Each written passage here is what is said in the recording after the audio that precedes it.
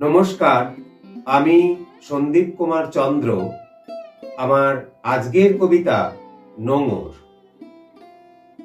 সদয় হয়ে ডাক দিলে চুপচাপ কি থাকা যায়?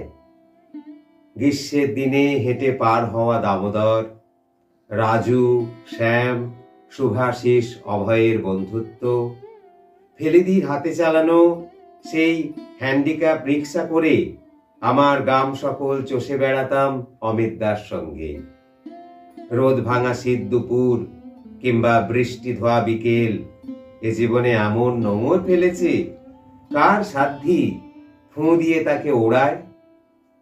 টুকাইদের সুদীর্ঘ দেবদারু গাছের মগ ডালে ছিমছাম চাঁদ জ্যোৎস্নায় বাদুরের ডিগবাজি কি যে আকর্ষণীয় ছিল কাকে বোঝাই।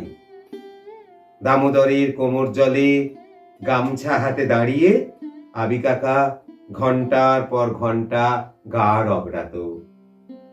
ঘোমটা দাঁতে চেপে ঝোল্লা হাতে পাড়ের মা দুধ দিয়ে যেত, দইবাত, হাঁসের ডিমও। সেই সব মায়া ঘেরা দিনগুলো শত চেষ্টাতেও আর ফিরিয়ে আনা যাবে না।